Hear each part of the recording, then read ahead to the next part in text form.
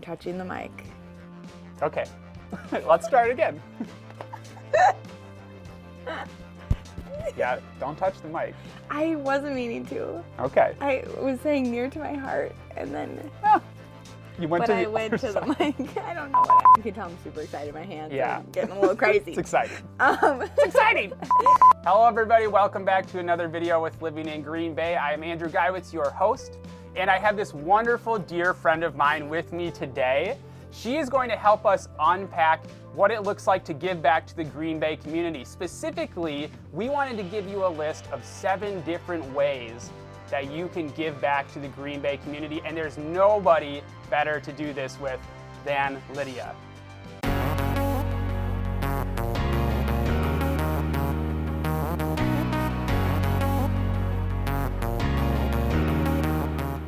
Welcome back, everybody. Andrew Geiwitz here again. Don't forget, I'm your local real estate agent here in the Green Bay, Wisconsin area. So if you are looking to buy or sell a home in Green Bay or move to the area, please make sure to contact me.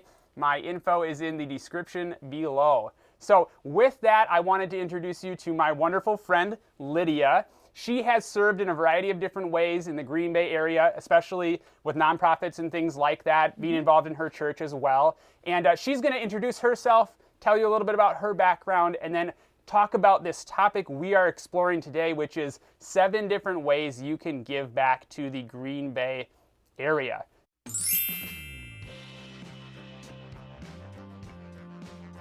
Lydia, tell us a little bit about yourself and what we're going to be talking about today. Yeah. Hi, everybody.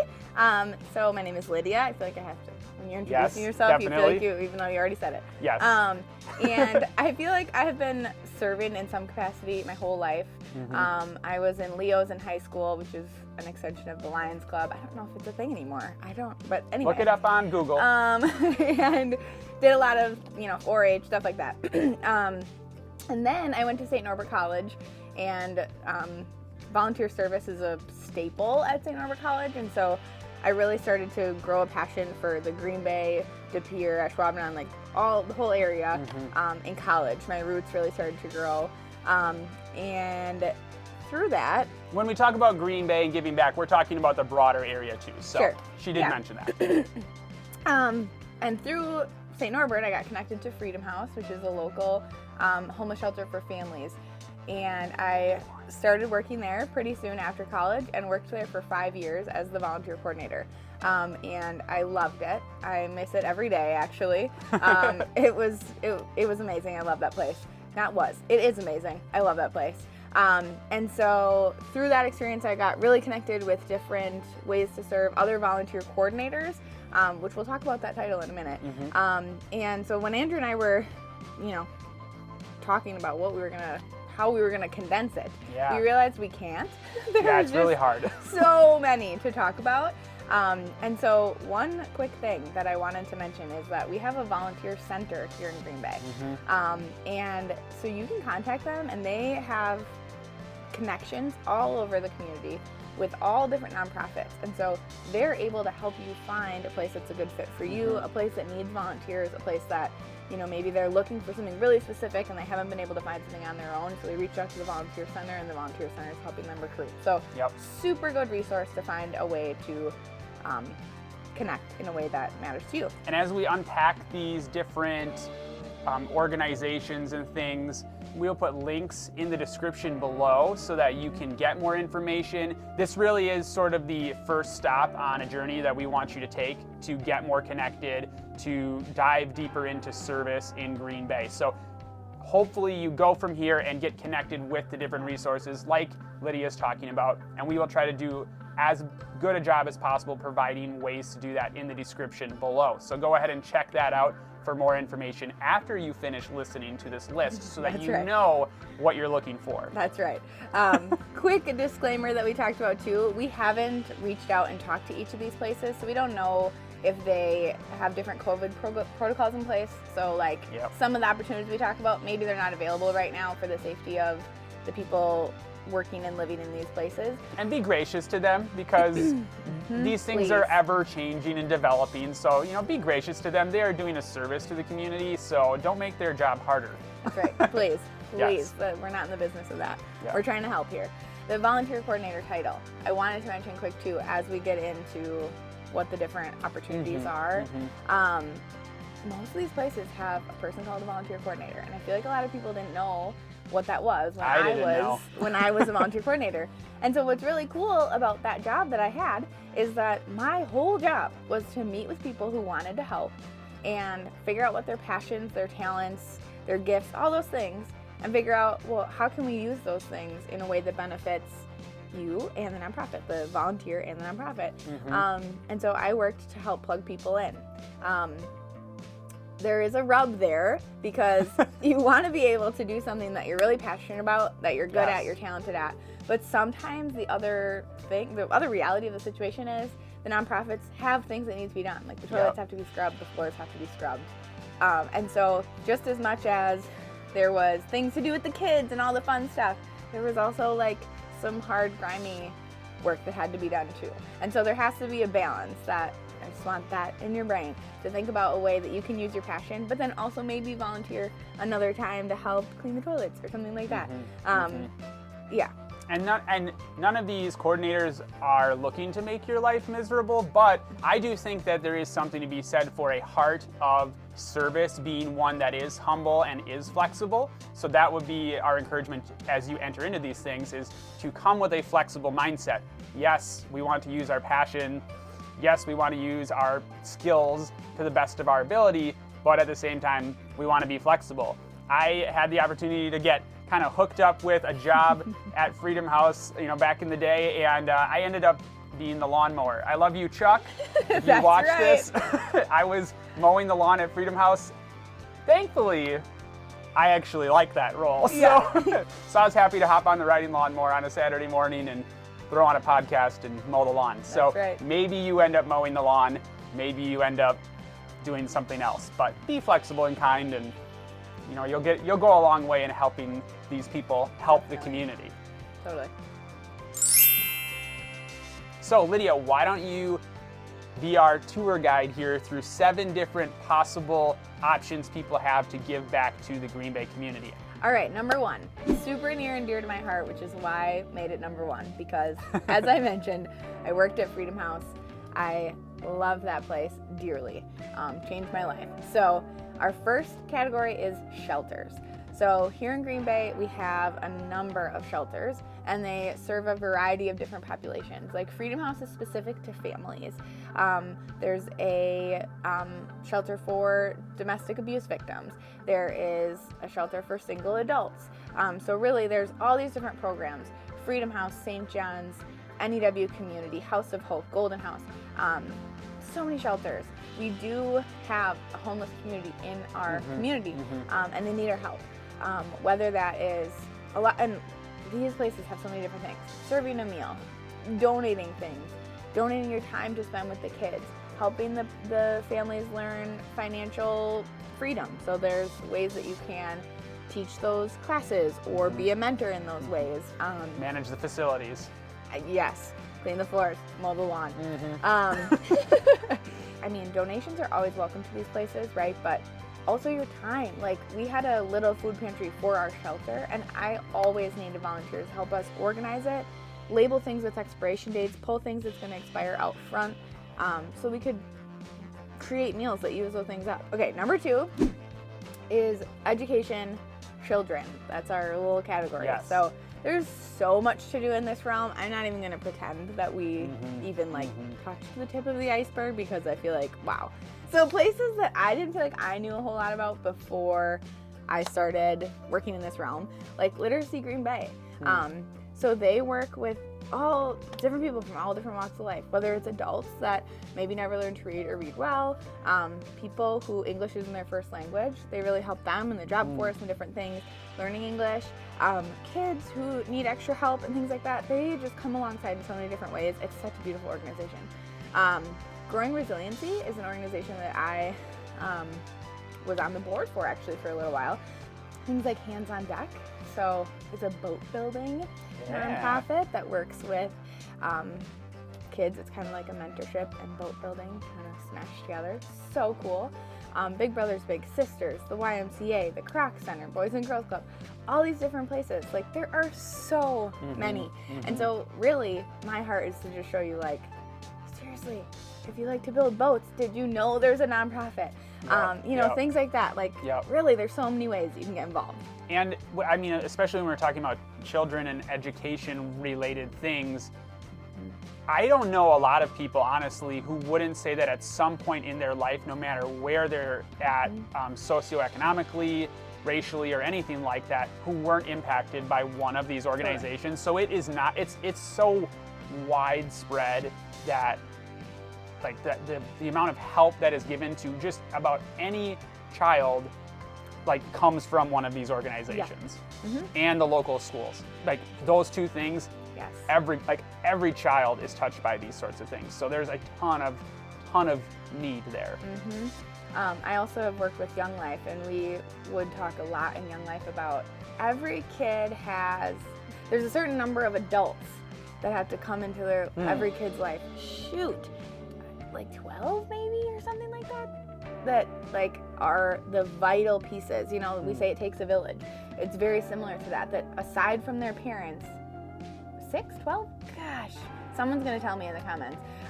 Put it in the comments if you know how many people. And the point of the stat, right, is that it can't just be these kids' parents. And so you volunteering for these organizations, and hear me say, that does not just mean kids living in poverty, homeless, things like that. It's everyone. It's all of us. We all need other adults that are positive influences in our life that teach us, who knows, it could be, you know, how to fish, emotional things, our support system. It really does take a village for all of us.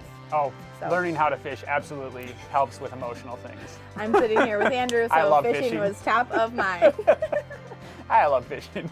Number 3, local government neighborhood associations. So Andrew knows a little bit about this one. Yeah, I'm a part of our local neighborhood association here. Yeah, so it's definitely a good way to get involved in your local government, meeting your neighbors, and being involved with all the different complexities that happen in those spaces.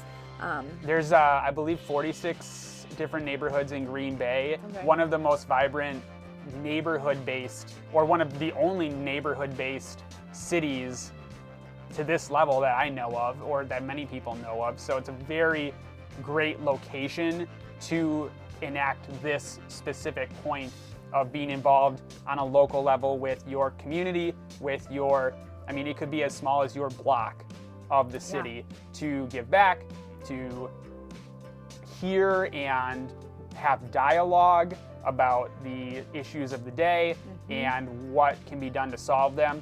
And almost all of your local level politicians or local level public servants want to have input.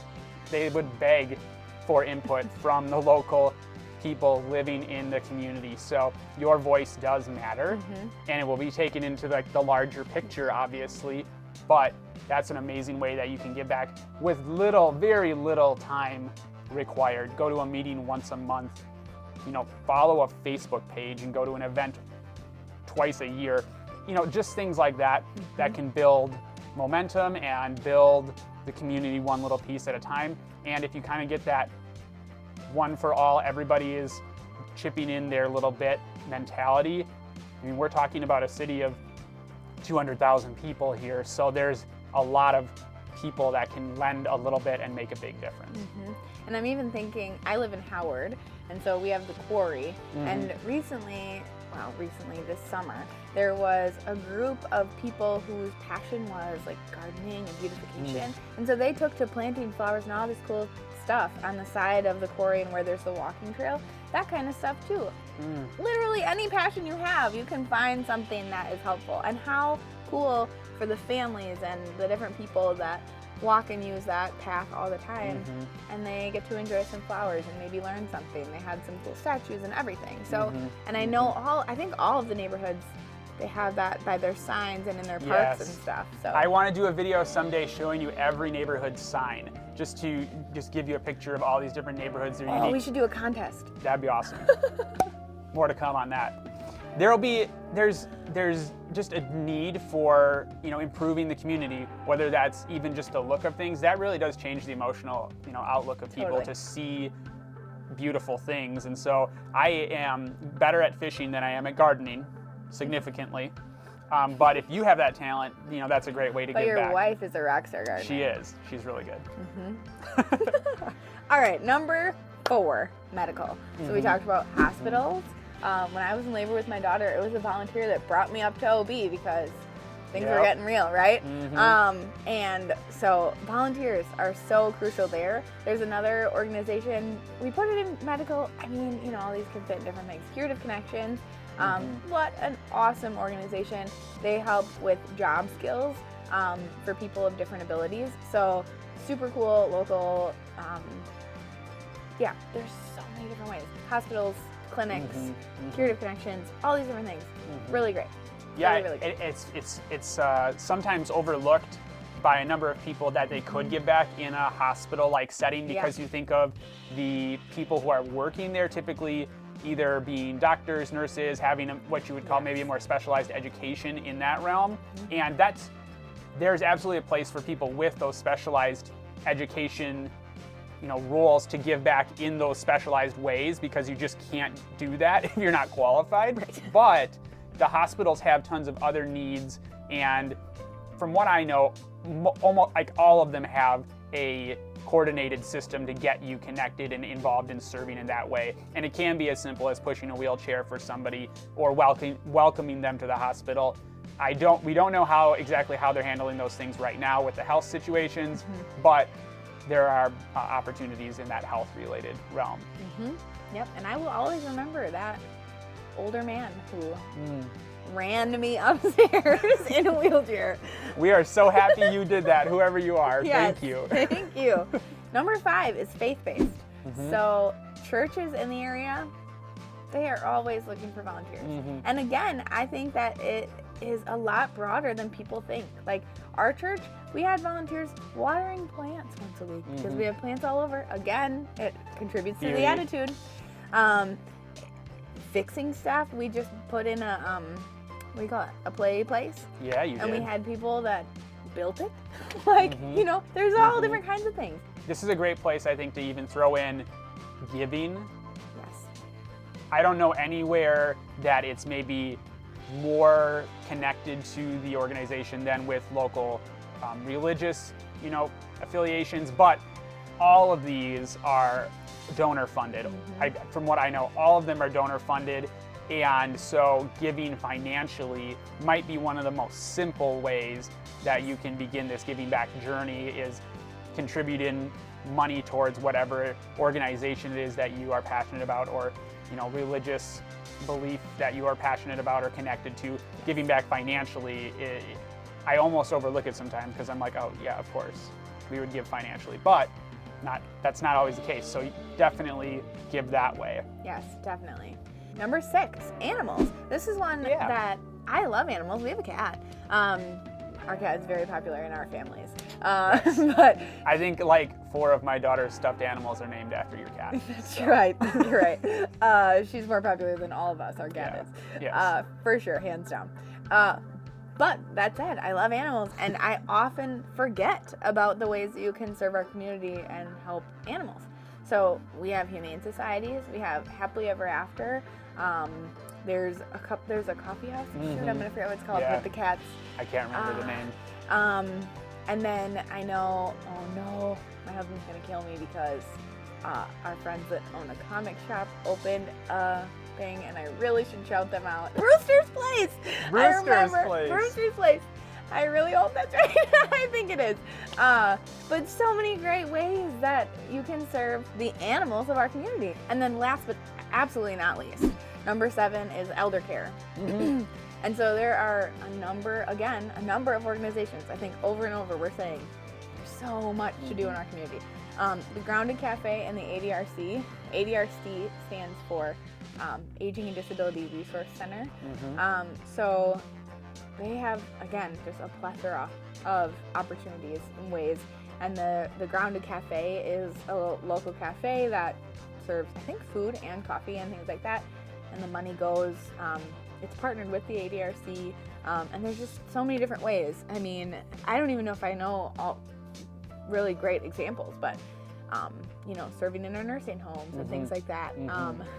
Yeah, I mean, we have, in college, we would make cookies and bring them and cards on different holidays and stuff, just really trying to brighten the days of the elders in our community. And I think a lot of those local level elder care communities, whether that would be a nursing home or assisted living or things like that, will have a staff person who sort of is your point person to answer how you can come and serve the people that have given back their whole life and are now looking and needing to be helped. That's right. In their own life. And so they usually have somebody there to coordinate that or help you kind of take that first step in. There's also connections between some of those elder care services and local religious affiliations too, so you might be able to find a direction that way as well. That's right. That's 7 different ways that you can give back to the Green Bay community. I don't know if you heard Lydia say it. I think she said it like 7,000 times. There are lots of opportunities, lots of potential ways for you to, pour out and serve and give back to the community. So we hope this video, is a spark to make that happen, to help you take the next step in your journey of giving back, of being a person who thinks about others and expands their view of what it looks like to live a whole, full life. And I think giving back is an integral part of that. So hopefully this video helps encourage that on. Lydia, what would maybe be your closing encouragement to somebody as they're looking at this list? Maybe they feel overwhelmed. Maybe they don't know where to go. What would you say is the first step or things that they should do to start moving forward? Totally. I would say, this sounds just but the first step is to take the first step, because it's always going to be so much more overwhelming when you're looking at it on paper, thinking about it, and then you have all these questions and, whatever.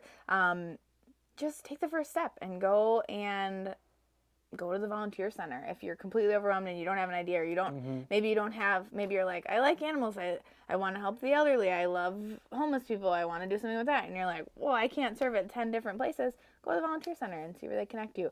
Or just pick one, close your eyes and pick one and start. And you know what? If it's not a fit, it's not awkward to be like, hey, this isn't really a fit. Do you have any, you can even ask that volunteer coordinator that works for the organization, do you have any other local organizations that you're connected to that might be a better fit for me? It's not awkward. It happens all the time, and we want to help you, and we're all passionate. I'm talking like I still work for Freedom House. They're all passionate about helping each other. She loves the community. That's all it is. That's why she's answering this. And so you want to get, they'll help you get connected somewhere that's a better fit. With that in mind, just a reminder, you're always wanting to help. So you're coming in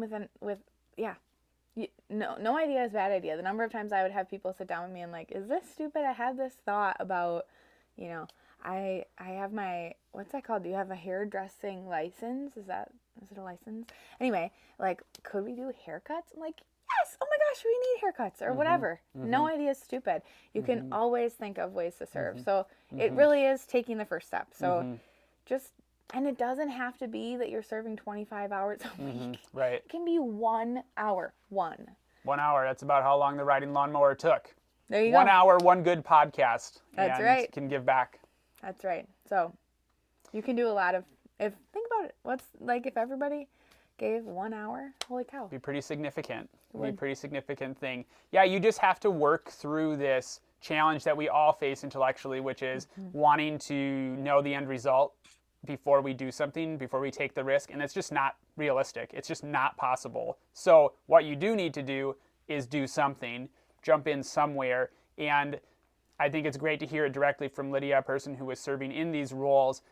They want to help you get where you're wanting to go in your service journey, if you will, and so it's not wrong to have that discussion, to admit, I think this is great for me, admit, hi, I'm looking to serve, but I have no clue what I'm doing. can you help me enter into this and go from here? And that's just a posture that you need to have coming in, and it'll help you go a long way in life and in, you know, this area of serving, is enter into this willing to learn and to fit into the needs of the community, but also, you know, just taking a step first to do it. And so encourage you to do that, to work through that. Usually sending that text message, sending that email, making that first call or whatever to get connected is all it takes. And then a really nice, bubbly, kind, fun person like Lydia will probably answer the phone, and your life will be better for it, and their life will be better for it as well. If the person isn't bubbly, I'm sorry, they're probably working really, really hard and exhausted, so be kind to them as well. That's right. Because these are like the people who give back the most, so it can be really exhausting. So be the most bubbly, kind person you can be, too. That's right. Well, with that, I hope you love this video talking about 7 things that you can do to give back to the Green Bay, Wisconsin community. Like I said in the beginning, my name is Andrew Geiwitz. I'm a local real estate agent here in the Green Bay, Wisconsin area, and obviously someone who cares about giving back as well. So if you need help with buying or selling a home, hit me up. I would love to help you in that process and help you get where you want to go in your, you know, home journey. And also, hopefully this video helps you get where you want to go in your journey of serving the community and giving back as well. Thank you, Lydia, for coming and sharing these things. You heard from an expert in these things when you hear from Lydia, and someone who really, really cares about the community. So thanks again for watching. If you like this content, make sure to give this video a thumbs up for Lydia's sake. Give it 100 million thumbs up so that this video grows and can be shared, and people who are looking to give back to the community can find this video on YouTube. Right. So that's the idea there. Goal. And then also, if you like this content, subscribe to the channel, hit that little bell so you can get notifications when we release new content. Thanks again for watching, everybody. My name is Andrew Geiwitz, and we will see you on the next video with Living in Green Bay.